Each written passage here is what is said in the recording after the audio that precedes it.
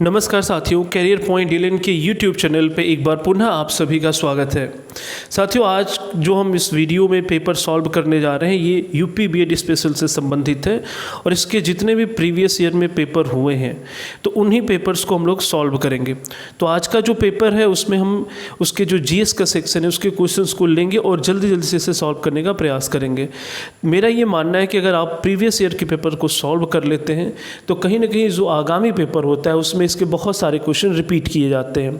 तो साथियों, आज की टेस्ट सीरीज के लिए आप सभी तैयार हो जाएं और इसके साथ साथ जो भी नए स्टूडेंट हमारे इस चैनल से जुड़ रहे हैं वो जरूर हमारे चैनल को सब्सक्राइब कर दें और इस वीडियो को लाइक और शेयर करते रहें जिससे ज़्यादा से ज़्यादा स्टूडेंट इस चैनल से जुड़ सकें। ठीक है साथियों, तो आज की टेस्ट सीरीज़ के लिए आप तैयार हो जाएं। आज हम लोग सीधे क्वेश्चन और बस उसके आंसर को करेंगे। तो आज के जो पहला क्वेश्चन है आपके लिए वो ये है कि दांडी यात्रा की शुरुआत महात्मा गांधी ने कहाँ से की थी। आपके विकल्प है, पहला ऑप्शन है दांडी से, बी ऑप्शन है पोरबंदर, सी ऑप्शन है अहमदाबाद या फिर डी ऑप्शन है साबरमती आश्रम। आप क्वेश्चंस को देखें और जल्दी से जल्दी आंसर करते रहें। दांडी यात्रा की शुरुआत महात्मा गांधी ने कहाँ से की थी। आप देख सकते हैं इसका जो आंसर होगा वो होगा आपका ऑप्शन डी, साबरमती आश्रम से। ये ध्यान रखेंगे कि दांडी यात्रा की शुरुआत महात्मा गांधी ने साबरमती आश्रम से किया था। बढ़ते हम नेक्स्ट क्वेश्चन की तरफ। क्वेश्चन नंबर सेकेंड आप देख सकते हैं, सुप्रसिद्ध वाद INA मुकदमा से जुड़े अधिवक्ता निम्न में से कौन से थे। भूला भाई देसाई, आसफ अली, सुभाष चंद्र बोस या फिर सी राजगोपालाचारी। एक बार मैं क्वेश्चन आपके लिए रिपीट कर देता हूँ। सुप्रसिद्ध वाद INA मुकदमा से जुड़े अधिवक्ता निम्न में से कौन थे। भूला भाई देसाई, आसफ अली, सुभाष चंद्र बोस या फिर सी राजगोपालाचारी। आप देख सकते हैं जो क्वेश्चन सेकेंड है साथियों, इसका जो आंसर है वो है ऑप्शन ए, भूला भाई देसाई। चूँकि मैंने कहा कि आज हम लोग टेस्ट सीरीज में प्रीवियस ईयर के पेपर को सॉल्व कर रहे हैं तो चूँकि क्वेश्चन इसमें ज़्यादा होंगे इसलिए हम लोग जल्दी जल्दी से इसे सॉल्व करेंगे। तो आप सभी आंसर बताते रहेंगे। क्वेश्चन नंबर जो थर्ड है वो देखेंगे आप। मैं जो क्वेश्चन नंबर बोलूँ उसी का आंसर आप लोग पहले करेंगे। तो ये ध्यान रखिए, क्वेश्चन नंबर जो थर्ड है साथियों इसमें दिया है कि स्वतंत्रता का नवगृहित तिरंगा पहली बार किस कांग्रेस के अधिवेशन में फहराया गया था। आपके विकल्प है कलकत्ता अधिवेशन 1920, नागपुर सत्र का वार्षिक अधिवेशन 1920, लाहौर अधिवेशन 1929 या फिर डी ऑप्शन है हरिपुरा कांग्रेस अधिवेशन 1938। बिल्कुल आप सभी साथी जल्दी जल्दी से कमेंट सेक्शन में आंसर करते रहें। आप देख सकते हैं जो क्वेश्चन नंबर थर्ड है साथियों इसका जो आंसर है वो है ऑप्शन सी, लाहौर अधिवेशन 1929। 1929 में जो लाहौर का अधिवेशन हुआ था कांग्रेस में, उसी में पहली बार स्वतंत्रता से संबंधित नया जो तिरंगा था उसे फहराया गया था। बढ़ते हम नेक्स्ट क्वेश्चन की तरफ। क्वेश्चन नंबर जो फोर्थ है वो देख सकते हैं आप। यहाँ पे जो क्वेश्चन मैं बोलूँ उसी का आप आंसर करें क्योंकि मैंने ये टेस्ट सीरीज लिया हुआ है सीधे पेपरों से ही। क्वेश्चन नंबर जो फोर्थ है साथियों कि मातृ देवी की पूजा किस सभ्यता से संबंधित थी। आपके विकल्प है आर्य सभ्यता, भूमध्य सागरीय सभ्यता, सिंधु घाटी सभ्यता या फिर डी ऑप्शन है उत्तर वैदिक सभ्यता।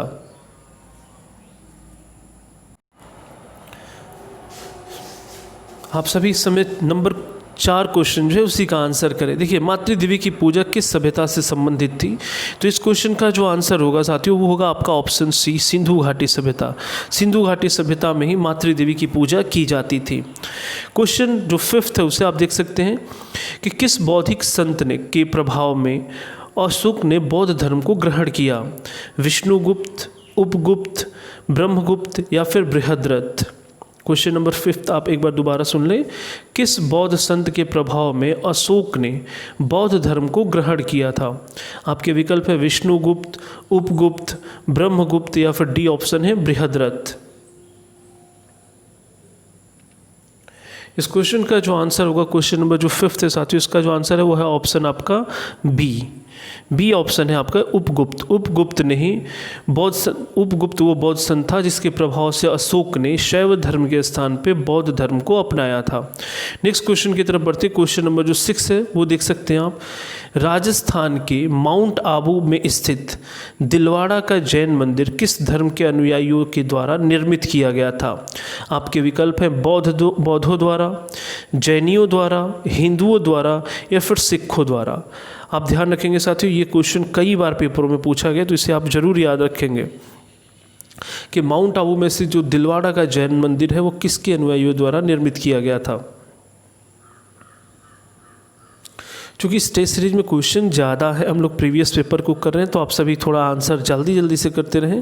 देखिए क्वेश्चन नंबर जो 6 है साथियों, इसका जो आंसर है वो है आपका ऑप्शन बी, जैनियों द्वारा। आप देखेंगे कि जो जैनिज्म थे ये उन्हीं से संबंधित दिलवाड़ा का जैन मंदिर है। क्वेश्चन नेक्स्ट क्वेश्चन की तरफ बढ़ते हैं। क्वेश्चन नंबर 7, गीत गोविंद के लेखक कौन थे। आपके विकल्प हैं जयदेव, कल्हड़, कालिदास या फिर डी ऑप्शन है राजा राव।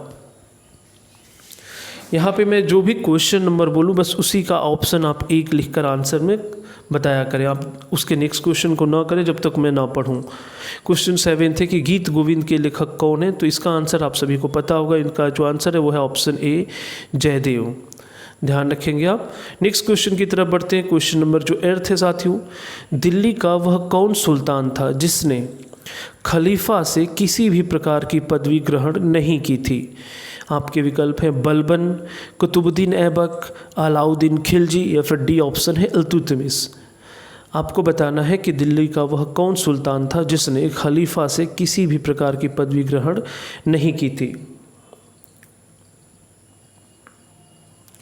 आज के पेपर में हम लोग कोई एक्सप्लेनेशन नहीं ले रहे हैं, कोई रिवीजन नहीं लेंगे, क्योंकि 50 क्वेश्चन के करीब हैं, तो आप सभी जल्दी जल्दी से आंसर करते रहें। देखेंगे क्वेश्चन नंबर जो 8 है साथियों, इसका जो आंसर है वह है ऑप्शन आपका सी, अलाउद्दीन खिलजी। अलाउद्दीन खिलजी ने धर्म और अपने सेना इन दोनों को अलग अलग रखा हुआ है और इसने खलीफा से पदवी ग्रहण नहीं की थी। नेक्स्ट क्वेश्चन की तरफ बढ़ते हैं। क्वेश्चन नंबर जो 9 है साथियों, वो देख सकते हैं आप। कुछ क्वेश्चन इसमें बहुत ही इजी पूछे जाते हैं, कुछ क्वेश्चन टफ होते हैं, तो लेकिन यहाँ ध्यान रखें। क्वेश्चन नंबर जो 9 है, हमारे सौर मंडल में कौन सा ग्रह आकार में पृथ्वी के समान है। आपके विकल्प है बुध, मंगल, शुक्र अथवा डी ऑप्शन है बृहस्पति। क्वेश्चन नंबर 9 आप देख सकते हैं कि हमारे सौर मंडल में कौन सा ग्रह आकार पृथ्वी के समान है। आप सभी 9 नंबर क्वेश्चन का आंसर बताएं। साथियों यहाँ पे क्वेश्चन नंबर जो 9 है, इसका जो आंसर है वो है ऑप्शन सी, शुक्र। यहाँ ध्यान रखेंगे शुक्र पृथ्वी के समान है, इसीलिए इसे पृथ्वी की जुड़वा बहन भी कहा जाता है। इसके अलावा इसे भोर का तारा, सांझ का तारा, प्रेशर कुकर ग्रह, अन्य विभिन्न नामों से भी इसे जाना जाता है। नेक्स्ट क्वेश्चन आप देख सकते हैं। क्वेश्चन नंबर जो 10 है साथियों, कि निम्न में से किस ग्रह के अपने उपग्रह नहीं है। मंगल, नेपच्यून, बुध या फिर डी ऑप्शन है प्लूटो। आपको बताना है कि निम्न में से किस ग्रह के अपने उपग्रह नहीं है। उम्मीद है कि आप लोग इतने दिनों से जो हमारे साथ टेस्ट सीरीज करते जा रहे हैं इस चैनल पे, तो आपकी स्पीड भी बेहतर हो गई होगी, बहुत सारे क्वेश्चन आपके लिए रिपीटेड भी लग रहे होंगे, इसलिए हम लोग इसमें जो प्रीवियस ईयर के क्वेश्चंस कर रहे हैं उन्हें जल्दी जल्दी से कर रहे हैं। देखिए साथियों, क्वेश्चन नंबर जो 10 है, इसका जो आंसर है वो है ऑप्शन सी, बुध। बुध ऐसा ग्रह है जिसका अपना कोई भी उपग्रह नहीं है। बढ़ते हैं नेक्स्ट क्वेश्चन की तरफ। वायुमंडलीय दशा के अध्ययन को क्या कहा जाता है। आपके विकल्प हैं एस्ट्रोलॉजी, मेट्रोलॉजी, सिस्मोलॉजी या फिर डी ऑप्शन है एस्ट्रोनॉमी। आपको बताना है कि वायुमंडलीय दशा के अध्ययन को क्या कहा जाता है। क्वेश्चन नंबर 11 का आंसर आप सभी करें।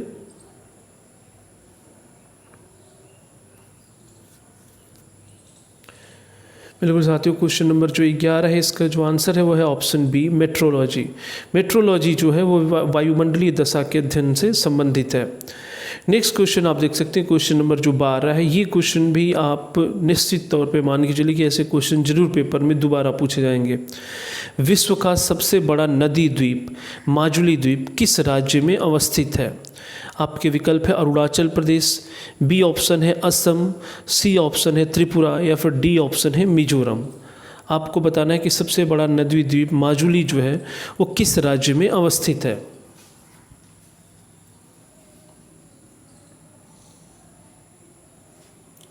क्वेश्चन नंबर जो 12 है साथियों, इसका जो आंसर है वो है आपका ऑप्शन बी।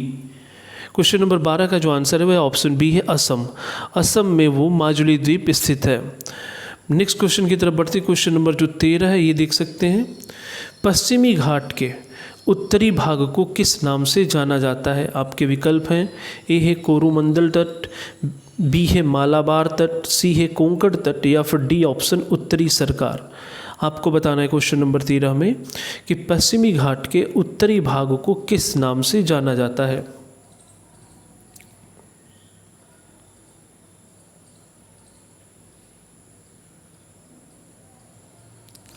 देख सकते हैं आप साथियों, क्वेश्चन नंबर जो 13 है इसका जो आंसर है वो है आपका ऑप्शन सी, कोंकण तट। इसका जो आंसर है वो है आपका आंसर सी, कोंकण तट। यहाँ आप ध्यान रखेंगे, ऐसे जो भारत के मैप में आप देखेंगे तो इस साइड वाले को पश्चिमी घाट और इधर वाले को पूर्वी घाट कहा जाता है। इस पश्चिमी घाट में जो ऊपर का हिस्सा है इसे आप देखेंगे पश्चिमी घाट के उत्तरी भाग को किस नाम से जाते, तो आप देखेंगे जो ऊपर का हिस्सा है इसे कोंकण तट कहा जाता है, जबकि इसी पश्चिमी घाट के नीचे वाले को आप देखेंगे तो यहाँ पे मालाबार तट कहा जाता है।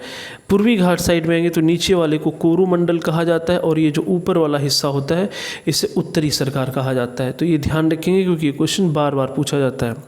क्वेश्चन नंबर जो 14 है वो देख सकते हैं आप, इस प्रजाति के वृक्ष नीलगिरी में सामान्य रूप से मिलते हैं। आपके विकल्प हैं, ए ऑप्शन है साल वृक्ष, बी है पीर, सी है यूकेलिप्टस, या फिर डी है टीक।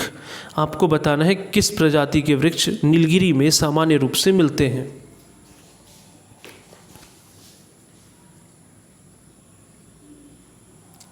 क्वेश्चन नंबर जो 14 है साथियों, इसका जो आंसर है वो है आपका ऑप्शन सी, यूकेलिप्टस। आप ध्यान रखेंगे यूकेलिप्टस को पर्यावरण में आप देखेंगे इसे आतंकवादी वृक्ष भी कहा जाता है। ध्यान रखेंगे आप इस क्वेश्चन को भी। क्वेश्चन नंबर 15 देख सकते हैं आप, यहाँ पे आपसे क्वेश्चन किया है कि निम्नलिखित युग्मों का अध्ययन करें, सहायक नदी और मुख्य नदी। फिर आपको बताना है उपरोक्त में से कौन सा युग्म सही है। चंबल की जो चंबल सहायक नदी है वो नर्मदा की है, बी है सोन सहायक नदी यमुना की है, या फिर तीसरा मानस सहायक नदी जो है वो ब्रह्मपुत्र नदी की है। आपको बताना है कि उपरोक्त में से कौन सा युग्म सही है। आपके विकल्प है केवल 3, बी ऑप्शन है 1 और 2, सी ऑप्शन है 2 और 3, और डी ऑप्शन है ये सभी। आपको बताना है कि उपरोक्त में से कौन सा युग्म सही है।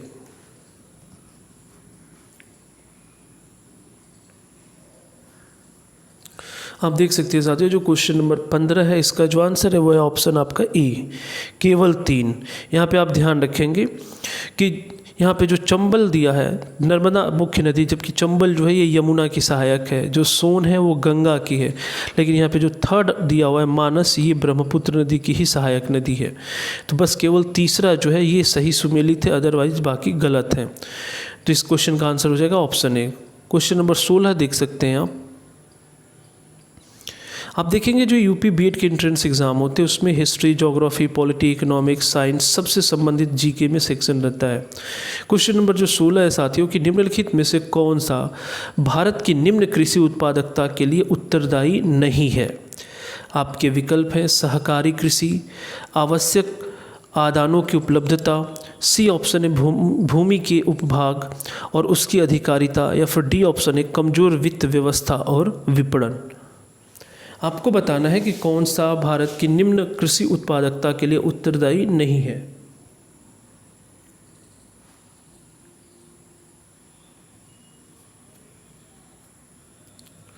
आप देख सकते हैं जो क्वेश्चन नंबर 16 है साथियों, इसका जो आंसर है वो है ऑप्शन बी, आवश्यक आदानों की उपलब्धता।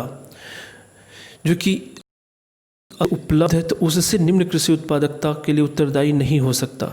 ठीक है, तो आप ध्यान रखें क्वेश्चन नंबर जो 16 है इसका जो आंसर है वो है ऑप्शन बी। बढ़ते हम अपने नेक्स्ट क्वेश्चन की तरफ। क्वेश्चन नंबर जो 17 है ये देख सकते हैं, यहाँ से संविधान से संबंधित प्रश्न पूछे गए हैं। क्वेश्चन नंबर जो 17 है साथियों कि इनमें से कौन लोकतांत्रिक व्यवस्था के लिए अपरिहार्य है, यानी एकदम आवश्यक है। आपके विकल्प है स्वतंत्रता और निष्पक्ष चुनाव, अवसर की समानता, या अधिकारों की रक्षा, या फिर डी ऑप्शन है ये सभी। आपको बताना है कि इनमें से कौन लोकतांत्रिक व्यवस्था के लिए अपरिहार्य है। स्वतंत्र और निष्पक्ष चुनाव, अवसर की समानता, अधिकारों की रक्षा, या फिर ये सभी। आप देख सकते हैं क्वेश्चन नंबर जो 17 है साथियों, इसका जो आंसर होगा वो होगा आपका ऑप्शन डी, ये सभी, क्योंकि तीनों ही पक्ष एक बेहतर लोकतांत्रिक व्यवस्था के लिए अनिवार्य तत्व है। क्वेश्चन नंबर 18 आप देख सकते हैं कि संविधान किस तिथि को पूर्णतः बनकर तैयार हुआ। आपके विकल्प है 26 जनवरी 1950, 26 दिसंबर 1949, 26 नवंबर 1949 या फिर डी ऑप्शन है 30 नवंबर 1950। आप देखेंगे क्वेश्चन अक्सर पूछा जाता है और आप थोड़ी थोड़ी बातों के लिए इसमें कन्फ्यूज़न कर लेते हैं। क्वेश्चन नंबर जो 18 है साथियों, इसका जो आंसर है वो है आपका ऑप्शन सी। ऑप्शन सी आप देख सकते हैं यहाँ पे, वो है 26 नवंबर 1949 को पूर्णतः बनकर तैयार हो गया था। ठीक है, बढ़ते हम अपने नेक्स्ट क्वेश्चन की तरफ। क्वेश्चन नंबर जो 19 है उसे देख सकते हैं आप। भारत के संविधान में मौलिक अधिकार है। आपके विकल्प है मूल संविधान के एक भाग के रूप में, चौथे संविधान संशोधन द्वारा जोड़ा गया, सी ऑप्शन है संसद द्वारा जोड़ा गया या फिर डी ऑप्शन है 42वें संशोधन द्वारा जोड़ा गया। इस क्वेश्चन में आपको बताना है कि भारत के संविधान में मौलिक अधिकार की स्थिति क्या है।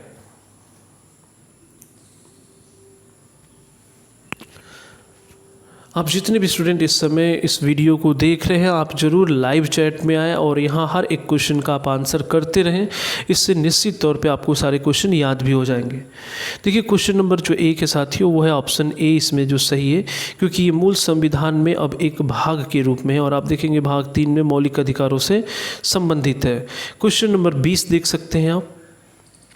भारतीय संविधान के किस अनुच्छेद द्वारा यह शर्त लगाई गई है कि राज्य के नीति निर्देशक सिद्धांत किसी न्यायालय द्वारा लागू या वाद योग्य नहीं होंगे। आपके विकल्प है अनुच्छेद 31, अनुच्छेद 38, अनुच्छेद 37 या फिर अनुच्छेद 39। एक बार मैं क्वेश्चन आपके लिए रिपीट कर देता हूं कि भारतीय संविधान के किस अनुच्छेद द्वारा यह शर्त लगाई गई है कि राज्य के नीति निर्देशक सिद्धांत किसी न्यायालय द्वारा लागू या वाद योग्य नहीं होंगे। आप देख सकते हैं जो क्वेश्चन नंबर 20 है साथियों, उसका जो आंसर है वो है ऑप्शन सी। आर्टिकल 37 के द्वारा ऐसा कहा गया है कि डीपीएसपी को आप कोर्ट में वाद योग्य नहीं ठहरा सकते। क्वेश्चन नंबर 21 की तरफ बढ़ते हैं। ये देख सकते हैं आप, ये काफ़ी इंपॉर्टेंट क्वेश्चन है। क्वेश्चन नंबर 21, भारत के संविधान के अंतर्गत नीति निर्देशक सिद्धांतों का मुख्य उद्देश्य है। आपके विकल्प हैं लोक कल्याणकारी राज्य की स्थापना, धर्मनिरपेक्ष राज्य की स्थापना, कार्यपालिका के मनमाने कार्य की जांच करना या फिर डी ऑप्शन है राज्य द्वारा विकास के नए अवसर उपलब्ध कराना। तो आप देख सकते हैं क्वेश्चन नंबर जो 21 है, इसका आपको आंसर करना है। साथियों मैं आपको बता दूं, ये वर्ष 2017 का जो UP BEd joint entrance exam हुआ था, ये उसका पेपर है और ये फर्स्ट पेपर का जो जीएस सेक्शन है उससे संबंधित प्रश्न है जो पूछे गए थे। आप देख सकते हैं क्वेश्चन नंबर जो 21 है साथियों, उसका जो आंसर है वो है आपका ऑप्शन ए। लोक कल्याणकारी राज्य की स्थापना करना ही मुख्य उद्देश्य है राज्य के नीति निर्देशक तत्वों का। क्वेश्चन नंबर 22 देख सकते हैं आप। सांख्य दर्शन के प्रवर्तक कौन है? कपिल, गौतम, चारवाक या फिर जैमिनी। आपको बताना है कि सांख्य दर्शन के प्रवर्तक कौन है।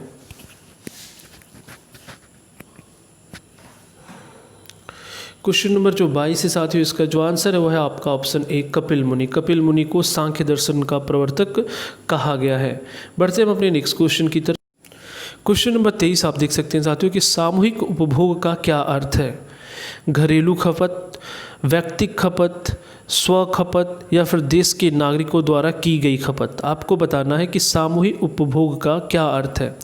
यहाँ आप ध्यान रखेंगे इकोनॉमिक्स के जो भी प्रश्न आपके एंट्रेंस एग्जाम में पूछे जाएंगे, उसके अगर आप विकल्पों पे विचार करेंगे तो निश्चित तौर पे आप उत्तर की तरफ पहुँच जाएंगे। देखिए साथियों, क्वेश्चन नंबर जो 23 है आपसे जो इसमें पूछा गया है कि सामूहिक उपभोग का अर्थ क्या है, तो इस क्वेश्चन का जो आंसर है आपका वो है आपका ऑप्शन ए घरेलू खपत। घरेलू खपत को सामूहिक उपभोग का अर्थ माना गया है। नेक्स्ट क्वेश्चन है क्वेश्चन नंबर 24 आप देख सकते हैं। निम्नलिखित में से किस वस्तु की मांग लोचदार है? आपके विकल्प है विद्युत, औषधि, चावल या फिर दिया सलाई की डिबिया। आपको बताना है किस वस्तु की मांग लोचदार यानी इलास्टिक है।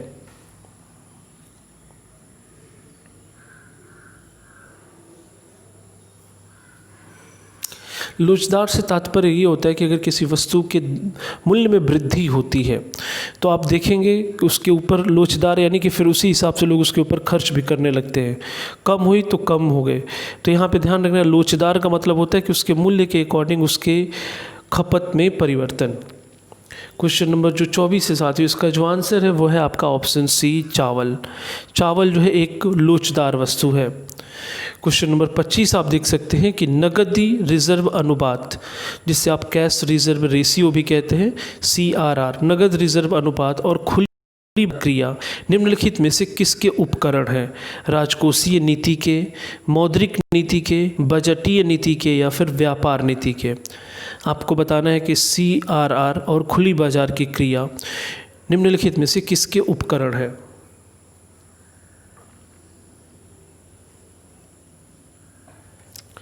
बिल्कुल आप देख सकते हैं क्वेश्चन नंबर जो 25 है, इसका जो आंसर है वो है ऑप्शन बी।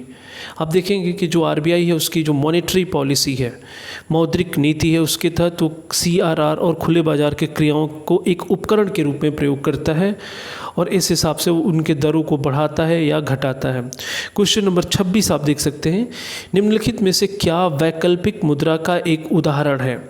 आपके विकल्प है करेंसी नोट, सिक्के, चेक या फिर बॉन्ड। आपको बताना है क्या वैकल्पिक मुद्रा का एक उदाहरण है। साथियों, वर्ष 2017 का जो पेपर है वो काफ़ी बेहतर पेपर है। इसमें हर एक सेक्शन को टच किया गया और सबसे संबंधित क्वेश्चंस को पूछा गया। ये अलग बात है कि क्वेश्चन बहुत ही, आप कह सकते हैं कि कॉम्बिनेशन इसका अच्छा है, इजी भी है, हल्के टफ भी हैं, लेकिन जिन लोगों ने पढ़ाई की है वो निश्चित तौर पे इस पेपर को कर पाएंगे। देखिए क्वेश्चन नंबर जो 26 है साथियों, इसका जो आंसर है वो है आपका ऑप्शन सी, चेक। चेक जो है एक वैकल्पिक मुद्रा का उदाहरण है। बढ़ते हैं नेक्स्ट क्वेश्चन की तरफ। क्वेश्चन नंबर जो 27 है, ये देख सकते हैं आप, ये भी काफ़ी इंपॉर्टेंट क्वेश्चन है कि गोल्डन हैंडशेक स्कीम का संबंध किससे है? विदेशी कंपनियों को बुलाने से, लोक उद्यमों में निजी निवेश से, संयुक्त उद्यमों की स्थापना से या फिर डी ऑप्शन है स्वैच्छिक सेवानिवृत्ति से?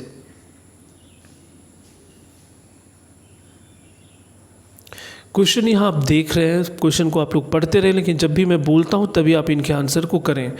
क्वेश्चन नंबर जो 27 है साथियों, इसका जो आंसर है वो है ऑप्शन डी, स्वैच्छिक सेवानिवृत्ति से। अगर आप अपनी इच्छा से, आप अपने कार्यकाल पूर्ण होने से पहले भी अगर आप रिटायरमेंट लेते हैं, उसे ही गोल्डन हैंडशेक स्कीम कहा जाता है। क्वेश्चन नंबर 28 की तरफ बढ़ते हैं।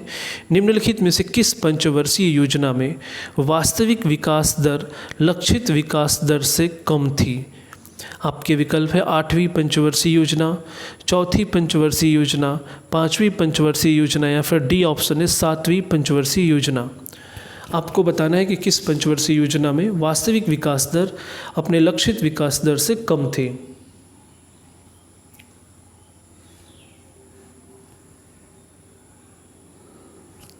क्वेश्चन नंबर जो 28 है साथियों, इसका जो आंसर है वो है आपका ऑप्शन बी, चौथी पंचवर्षीय योजना में जो वास्तविक लक्ष्य बनाए गए थे उससे कम ही प्राप्त हुआ, क्योंकि आप देखेंगे उस समय जो इंडो चाइना वार या फिर इंडो पाकिस्तान युद्ध जो है उससे संबंधित है, जिसके चलते हम अपने लक्ष्यों को नहीं पा सके थे। क्वेश्चन नंबर 29 की तरफ बढ़ते हैं। निम्नलिखित में से क्या मात्रात्मक साख नियंत्रण की एक विधि नहीं है? एक बार क्वेश्चन आप ध्यान से सुने। निम्नलिखित में से क्या मात्रात्मक साख नियंत्रण की एक विधि नहीं है? यानी क्वांटिटी क्रेडिट कंट्रोल जो है उसकी एक विधि नहीं है। आपके विकल्प है बैंक दर, नगद प्रारक्षित अनुपात, वैधानिक तरलता अनुपात या फिर बचत खातों पर ब्याज दर में बढ़ोतरी।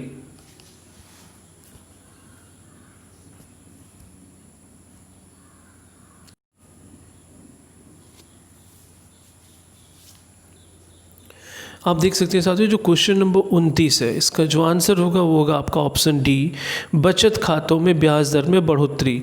यहाँ आप ध्यान रखेंगे कि जो RBI होती है उसके पास साख को नियंत्रण करने के कुछ नियम होते हैं, जिसमें एक तीनों ऑप्शन जो ऊपर के बैंक दर जिसे बैंक रेट कहते हैं, नगद आरक्षी अनुपात जिसे कैश रिजर्व रेशियो कहते हैं, वैधानिक तरलता अनुपात जिसे आप SLR कहते हैं, तो इन तीनों के माध्यम से वो साख को नियंत्रित करती है। लेकिन जो चौथा विकल्प दिया गया है ये इससे संबंधित नहीं है।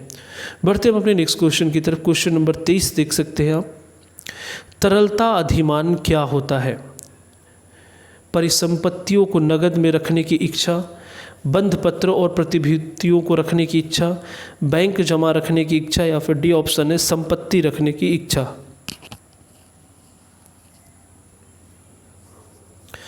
तरलता अधिमान से क्या तात्पर्य है? आप जिन क्वेश्चन का आंसर आपको नहीं आता है तो जो मैं आंसर बता रहा हूँ आप इसे ज़रूर नोट कर लिया करें, क्योंकि इनमें से ही क्वेश्चन बहुत सारे हैं जो आपको विभिन्न एग्ज़ामों में मिलेंगे। आप बस यूपी बीएड से नहीं तात्पर्य, जो भी एग्ज़ाम होंगे उनमें ये क्वेश्चन निश्चित तौर पर रिपीट होते रहते हैं। देखिए क्वेश्चन नंबर जो 30 है साथियों, इसका जो आंसर है वो है ऑप्शन सी। बैंक जमा रखने की इच्छा को तरलता अधिमान कहा जाता है, यानी लिक्विडिटी। आप जब चाहेंगे उसे आप कैश कर सकते हैं। क्वेश्चन नंबर 31 जो है वो देख सकते हैं आप। प्रति सेकेंड 1 खरब गणना करने की क्षमता से युक्त परम 10,000 कंप्यूटर का निर्माण किसने किया? ACR ने, IBM ने, CDEC ने या फिर इंटेल ने। आप देखेंगे कि कंप्यूटर से संबंधित भी कुछ क्वेश्चंस आपको इस इंट्रेंस एग्जाम में पूछे जाते हैं। 31 नंबर क्वेश्चन है साथियों कि प्रति सेकेंड 1 खरब गणना करने की क्षमता से युक्त परम 10,000 कंप्यूटर का निर्माण किसने किया?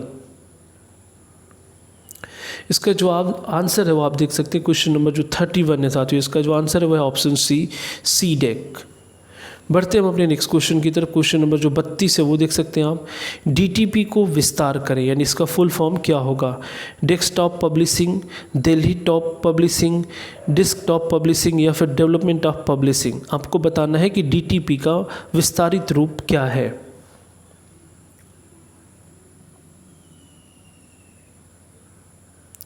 क्वेश्चन नंबर जो 32 है साथियों, इसका जो आंसर है वो है आपका ऑप्शन ए, डेस्कटॉप पब्लिशिंग। ये ध्यान रखेंगे, ये DTP का फुल फॉर्म है। नेक्स्ट क्वेश्चन है क्वेश्चन नंबर 33। गुट निरपेक्षता से क्या तात्पर्य है? अपनी नीति को चुनना, शक्ति पुंजों से तटस्थता, विश्व में शांति एवं एकता लाना या फिर डी ऑप्शन है तृतीय विश्व की शक्ति होना।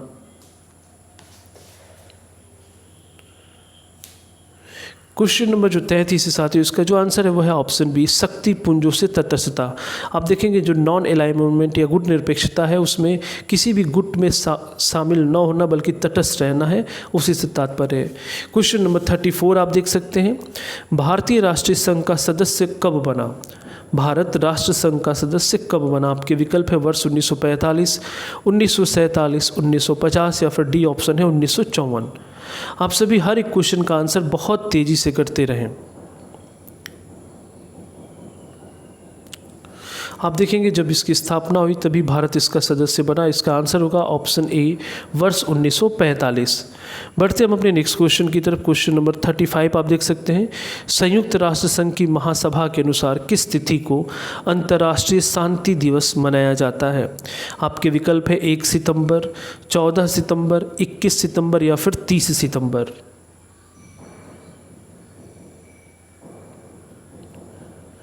क्वेश्चन नंबर जो 35 है साथियों, इसका जो आंसर है वो है आपका ऑप्शन सी, 21 सितंबर को अंतर्राष्ट्रीय शांति दिवस के रूप में मनाया जाता है। बढ़ते हैं नेक्स्ट क्वेश्चन की तरफ। क्वेश्चन नंबर जो 36 है वो देख सकते हैं। विश्व व्यापार संगठन का मुख्य उद्देश्य है विश्व व्यापार के लिए सद्भावनापूर्ण बाजार बनाना, विश्व व्यापार को बढ़ावा देना, विश्व व्यापार की मात्रा में वृद्धि करना और प्रतिबंधों की समाप्ति, या फिर व्यापार के लिए केंद्र स्थापित करना। आप देख सकते हैं, आपको बताना है कि विश्व व्यापार संगठन का मुख्य उद्देश्य क्या है। चूँकि हमारा प्रयास है कि हम कम समय में इसके अधिक से अधिक क्वेश्चंस का आंसर आपको करा सकें, इसलिए आप सभी इसका जल्दी से आंसर कर देखिए। क्वेश्चन नंबर जो 36 है साथियों, इसका जो आंसर है वो है आपका ऑप्शन सी।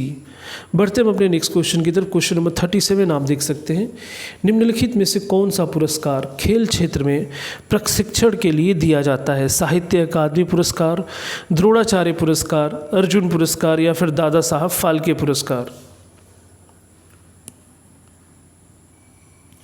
आप देख सकते हैं क्वेश्चन नंबर जो 37 है साथियों, इसका जो आंसर है वो है आपका ऑप्शन बी, प्रशिक्षण के लिए द्रोणाचार्य पुरस्कार दिया है। नेक्स्ट क्वेश्चन है 38। अर्थशास्त्र का नोबेल किसके द्वारा दिया जाना आरंभ हुआ है? Alfred Nobel, Swedish central bank, Nobel committee या फिर विश्व बैंक के द्वारा। आपको बताना है कि अर्थशास्त्र का नोबेल जो कि बाद में जोड़ा गया वो किसके द्वारा दिया जाता है। क्वेश्चन नंबर जो 38 है साथियों, इसका जो आंसर है वो है आपका option B, Swedish central bank. ये ध्यान रखेंगे कि स्वीडिश सेंट्रल बैंक जो है उसने ही अर्थशास्त्र का नोबेल अर्थशास्त्र के क्षेत्र में देना प्रारंभ किया। क्वेश्चन नंबर 39 आप देख सकते हैं, मूर्ति देवी साहित्य पुरस्कार किसके द्वारा दिया जाता है? आपके विकल्प हैं मानव संसाधन विकास मंत्रालय भारत सरकार के द्वारा, साहित्य अकादमी द्वारा, भारतीय ज्ञानपीठ ट्रस्ट द्वारा या फिर भारतीय विद्या भवन द्वारा।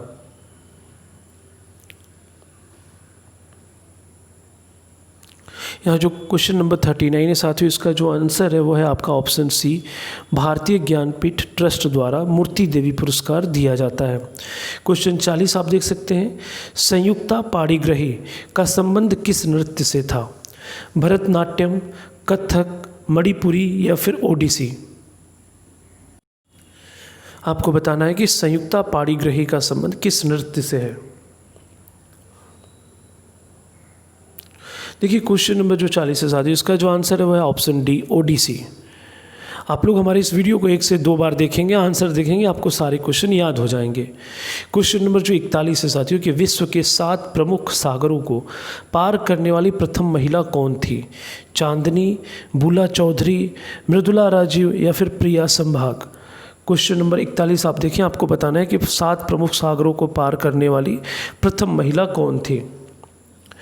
इसका जो आंसर है साथियों क्वेश्चन नंबर 41 का वो है ऑप्शन बी, बुला चौधरी। नेक्स्ट क्वेश्चन की तरफ बढ़ते, क्वेश्चन नंबर 42, फ्री थ्रो का संबंध किस खेल से है? वॉलीबॉल, बास्केटबॉल, बैडमिंटन या फिर डी ऑप्शन है क्रिकेट? आपको बताना है कि फ्री थ्रो का संबंध किस खेल से है।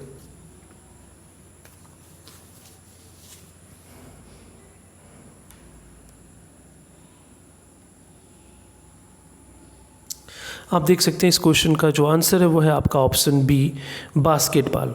बास्केटबॉल में जो है वो फ्री थ्रो खेल उसमें संबंधित है।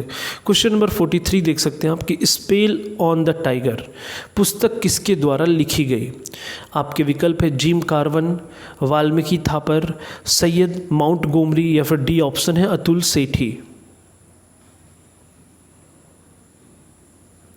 आपको बताना है कि स्पेल ऑन द टाइगर पुस्तक किसके द्वारा लिखी गई है। आप देख सकते हैं क्वेश्चन नंबर 43 जो आंसर वो है ऑप्शन सी, सैयद माउंट गोमरी के द्वारा स्पेल ऑन द टाइगर पुस्तक लिखी गई है। आप ध्यान रखेंगे इस एग्ज़ाम में एक बुक से संबंधित क्वेश्चन जरूर वो लोग पूछते हैं। यहाँ से कुछ इन्होंने जनरल साइंस के क्वेश्चन पूछे। क्वेश्चन नंबर 44 है, रंग वर्णांधता किस प्रकार का रोग है? संक्रामक रोग है, उपार्जित रोग है, आनुवंशिक रोग है या फिर डी जन्मजात रोग है?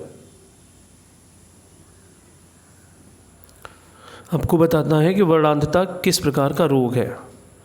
बिल्कुल, जो क्वेश्चन नंबर 44 है साथियों, इसका जो आंसर है वह है आपका ऑप्शन सी, आनुवंशिक रोग है। नेक्स्ट क्वेश्चन देख सकते हैं आप, क्वेश्चन नंबर 45, बेरी बेरी रोग भोजन में किस विटामिन की कमी के कारण होता है? आपके विकल्प है vitamin B1, vitamin B6, vitamin B12 या फिर विटामिन B2? आपको बताना है कि बेरी बेरी जो रोग है वो किस विटामिन की कमी के कारण होता है।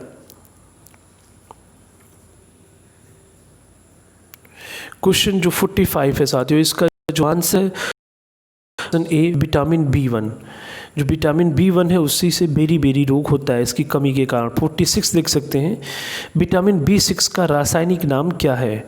नियासिन, पैरिडॉक्सिन, साइनोकोबाल्मिन या फिर राइबोफ्लेविन? आपको बताना है कि विटामिन B6 का रासायनिक नाम क्या है।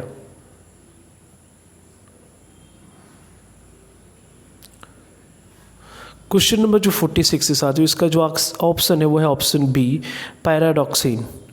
नेक्स्ट क्वेश्चन की तरफ बढ़ते हैं कि गति के नियम का प्रतिपादन किसने किया था?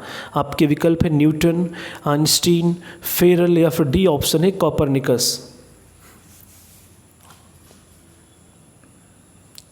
आप देख सकते हैं जो क्वेश्चन 47 है कि गति के नियम का प्रतिपादन वो है आपका ऑप्शन ए, न्यूटन ने गति का नियम दिया था, तो इसका आंसर हो जाएगा ऑप्शन ए।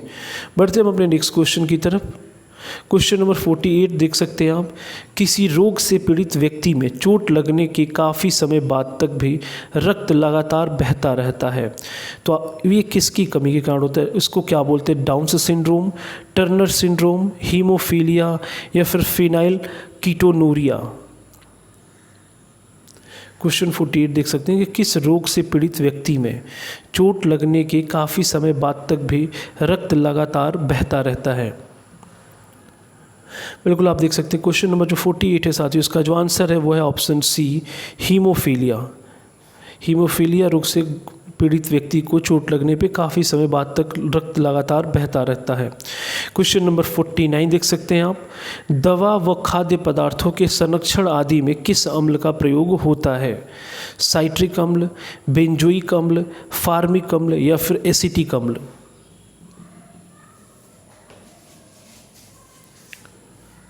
क्वेश्चन नंबर जो 49 है साथियों, इसका जो आंसर है वह है आपका ऑप्शन, आप यहाँ पे देख सकते हैं जो 49 नंबर क्वेश्चन है, इसका जो आंसर है वह है ऑप्शन बी, बेंजोइक अम्ल। बेंजोइक अम्ल जो है वो दवा व खाद्य पदार्थों के संरक्षण के लिए प्रयोग किया जाता है। जो आज की टेस्ट सीरीज जो जीएस का जो फर्स्ट पेपर है उसका जो लास्ट क्वेश्चन है 50वां क्वेश्चन, आप देख सकते हैं कि लैंगिक जनन की विधि की खोज किसने की थी? जिंडर एवं लेडरबर्ग और टेटम, वाटसन एवं क्रिक या फिर लिवेनहॉक ने? आपको बताना है कि लैंगिक जनन की विधि की खोज किसने की थी।